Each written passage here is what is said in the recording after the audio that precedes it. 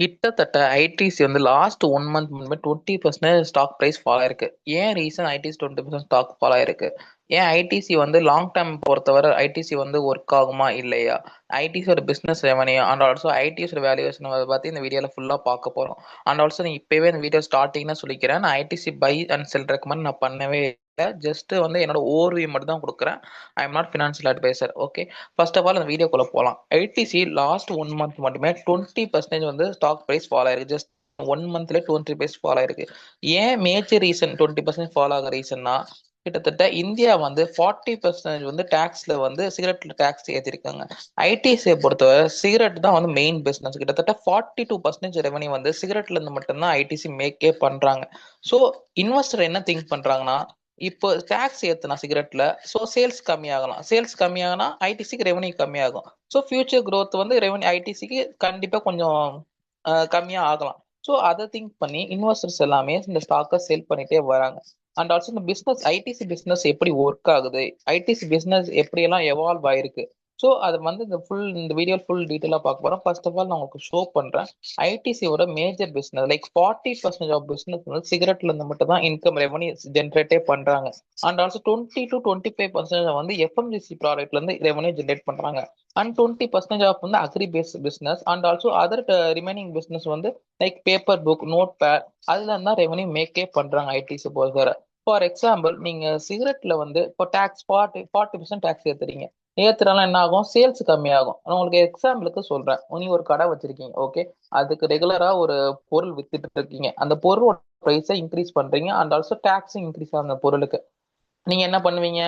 1000 பேர் பை பண்ற இடத்துல பிரைஸ் ஏறினதுக்கு அப்புறம் 1000 பேர்ல இருந்து 150 பேர் கம்மியா தான் பை பண்ணுவாங்க. 700 to 800 பேர் தான் பை பண்ணுவாங்க. மீதி 200 பேர் வந்து சேல்ஸ் கம்மியாயிரும். ஸோ உங்களுக்கு வந்து ஒரு நாளைக்கு 200 பேர் கம்மியாகுதுன்னா மாசத்துக்கு எவ்வளவு கம்மியாகும்?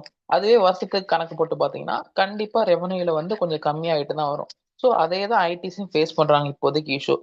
ஸோ இப்போ வந்து ஒரு ஆள் ஒரு நாளைக்கு 5 சிகரெட் 4 சிகரெட் வாங்கி அடிக்கிற இடத்துல அவங்க 3 சிகரெட்ல இருந்து 2 சிகரெட் தான் வாங்கி அடிப்பான். மீதி 3 சிகரெட் அடிக்க மாட்டான். அண்ட் ஆல்சோ சிகரெட் அடிக்கிறவங்க அப்படியே வந்து பிடிக்கு கன்வெர்ட் ஆயிருவாங்க.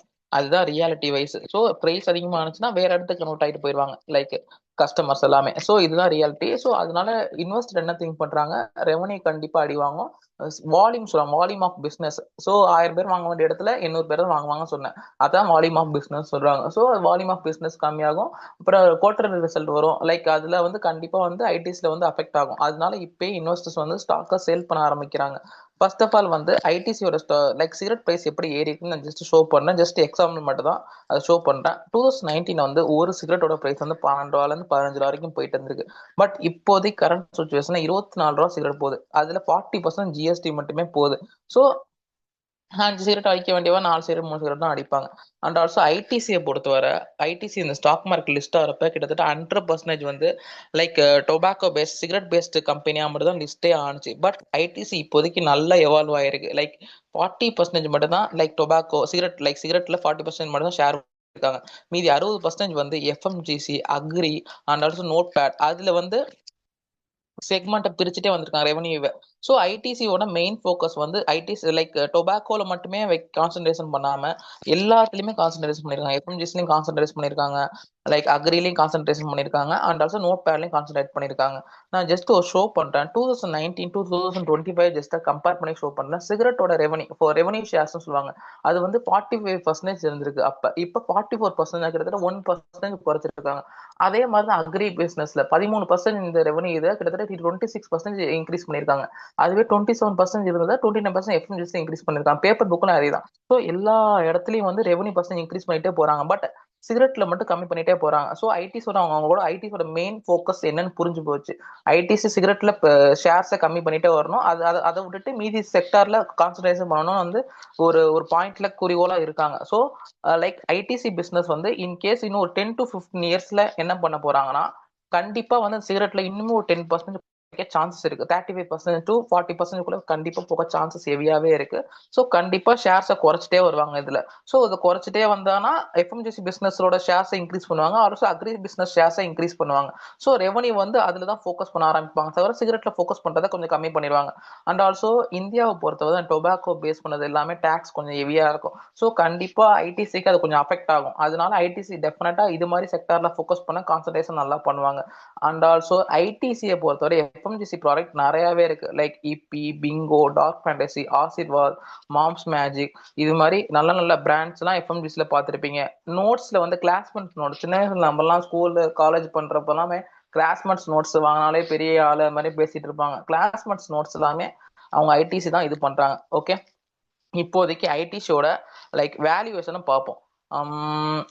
இப்போதைக்கு ஐடிசி வேல்யூவேஷன் பார்த்தீங்கன்னா, இப்போ ஐடிசி வந்து கிட்டத்தட்ட 323 ட்ரேட் ஆகிட்டு இருக்கு. இப்போ ஐடிசியோட ஸ்டாக் பி பை ரேஷியோ பார்த்தா 20 இருக்கு. இது வந்து இண்டஸ்ட்ரி பி பையை கம்பேர் பண்றப்ப கிட்டத்தட்ட 20 இது கம்மியாக தான் இருக்கு. ஸோ இப்போதைக்கு இண்டஸ்ட்ரி பி பையை கம்பேர் பண்றப்ப ஐடிசி வந்து அண்டர் வேல்யூ தான் இருக்கு. And also book value 56 rupees இருக்கு. So it's 6 times to book value தான். So still it's under value தான் ஐடிசி. ஸோ நான் இப்போதைக்கு சொல்றேன், ஐடிசி பொறுத்தவரை நெக்ஸ்ட் குவார்டர்லயும் ரெவன்யூ கம்மியாக சான்சஸ் இருக்கு, ஷேர் பிரைஸ் இன்னும் கம்மியாகவும் ஆகலாம். But overall ITC company growth படி பார்த்தா கொஞ்சம் நல்ல growth-ஆ தான் இருக்கு. ஏன்னா எல்லா செக்டார்லையும் கான்சன்ட்ரேஷன் பண்ண ஆரம்பிக்கிறாங்க. சிகரெட் மட்டும் இல்லாம லைக் எல்லா செக்டார்லையும் கான்சன்ட்ரேட் பண்ண ஆரம்பிச்சுட்டே இருக்காங்க ஐடிசியை பொறுத்தவரை. ஸோ கண்டிப்பா வந்து ஃபியூச்சர்ல ஐடிசி வந்து சிகரெட்ல வந்து லைக் ரெவன்யூ வந்து எப்போ சிகரெட்ல கம்மி பண்ணிட்டு மீதி எல்லாத்துலயுமே அதிகம் பண்ணுவாங்க, கண்டிப்பா நான் பிலீவ் பண்றேன். அண்ட் ஆல்சோ அவங்க செக்டார் வைஸ் பார்க்குறப்ப இதுல கொஞ்சம் ஐடிசி மட்டும் தான் கொஞ்சம் அண்டர் வேல்யூவா இருக்கு. ஓகே, ஐடிசி வந்து இப்போ மட்டும் 35% ஃபாலோ ஆனது இல்லை. ஐடிசி கிட்டத்தட்ட 3 to 4 times 50% அபோவே ஃபாலோ ஆயிருக்கு.